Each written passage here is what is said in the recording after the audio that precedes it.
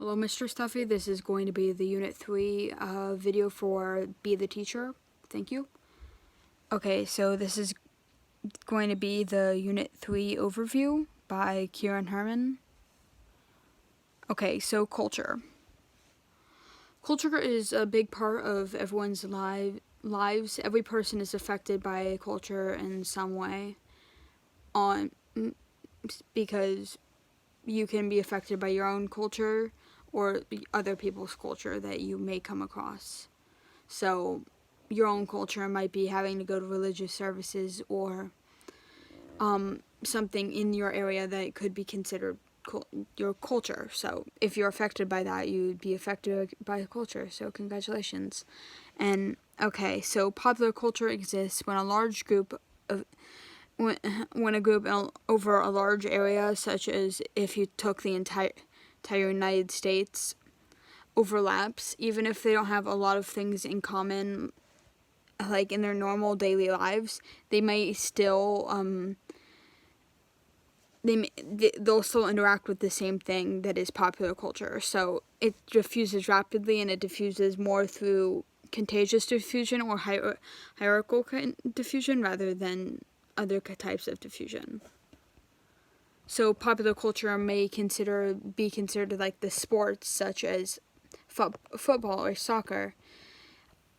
They're over a wide range of the audience. The audience is broad. It's not just one type of people. So it's popular culture. It's very popular. And folk culture is practiced by smaller groups that are more uniform in their viewing variety of their personal lives, and it is less distributed through a wide range of spaces. So some folk culture would be something in the Amish community. It's not really widespread, and it's just kind of in that one specific group, and that's not a very diverse group. So popular culture and the internet. So the internet is the main way that popular culture is able to diffuse nowadays. The internet is a form of contagious diffusion because it diffuses culture through a wide place over like a short amount of time, so it's very contagious. So if you spread a meme on social media and that meme goes viral, it's very contagious, and it's a way to spread your own culture throughout a large area, and that would be considered popular culture. So through the internet, you are able to diffuse culture at a rapid rate. Some places have blocked certain devices or programs from being used, and this blockage of media is to stop the public from revolting because they have information that is that may not coincide with the dictator. So in a place like North Korea, their internet is heavily censored, and very few people have TV, and the ones who do only may have a TV, and the programs are regulated. So, yeah. Through the negative spread of there is a negative spread of information that comes with the internet, such as fake news. Fake news is untruthful information that is like published as news articles. So this type of news is majority spread on the internet. So fake news would be if they had a thing, it's just new news. All Democrats smoke weed. It's probably not true. All Democrats do not smoke weed, and some may not support it. So it is not true, and it's fake news. And it usually wants to put bias on people because people want to spread information around that hurts people. Okay, so languages. A language is a way that people can communicate. Languages can be verbal movement or symbols that can be effectively communicated. Languages tend to unify people and bring people together because they are able to communicate with each other. So in a place like Israel, Hebrew is a language that was able to to unify people, because the reason people came here was because of religious beliefs. So because Hebrew is connected strongly to religion, was able to unify the people. So languages are organized based on family, branch, and group. The language family is the largest. Next is the language branch, and the smallest group is the languages group. Languages are shown in a language family tree, which helps people who are sorting languages sort them. So this is going to be the Indo-European and Uralic. So you have like the main stumps, and then they go out off to all the little branches, which helps like visualize everything. So why languages may vary from place to place.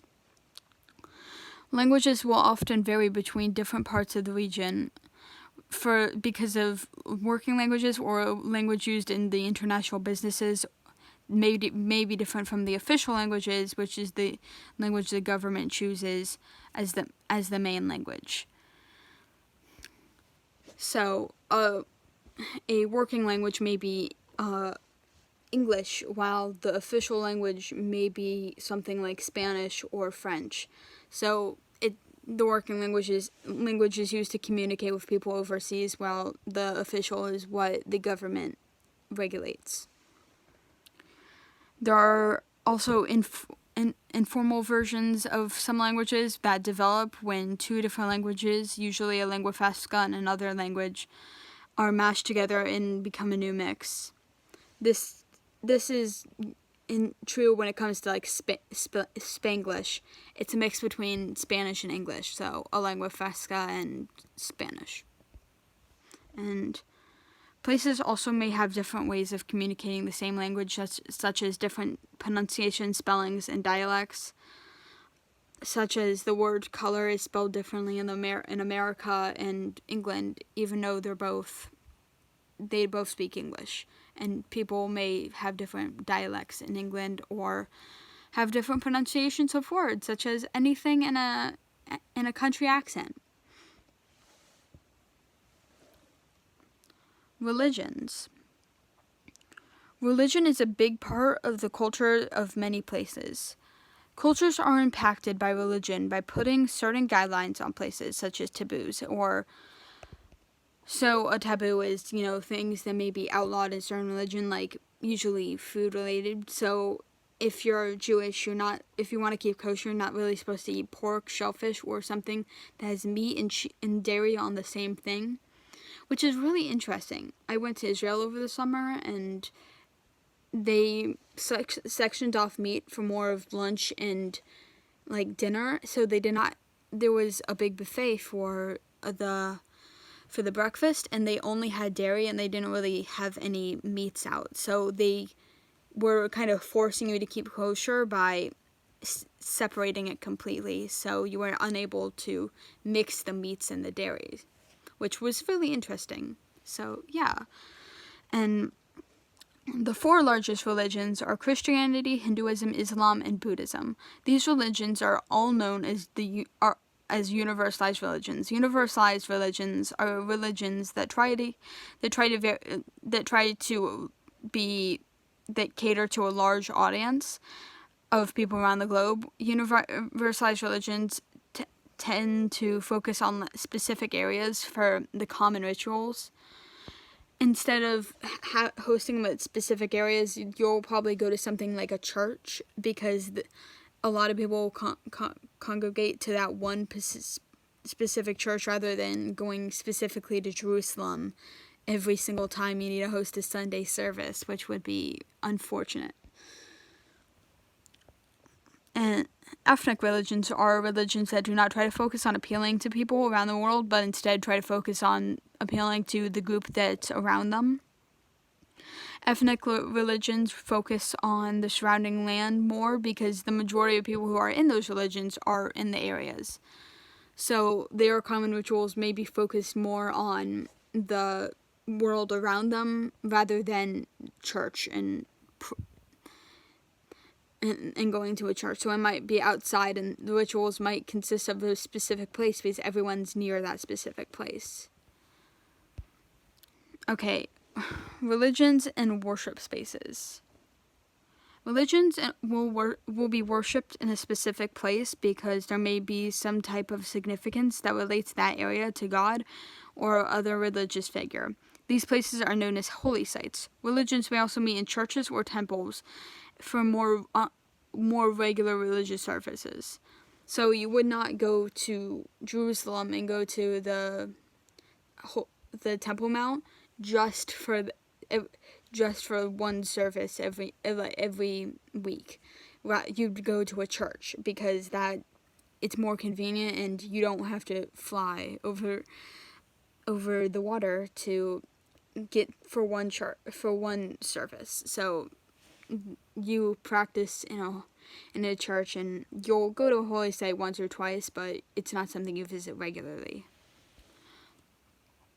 Sometimes there will be territorial conflicts between the two religions because they may be competing for one site or that is holy for both religions.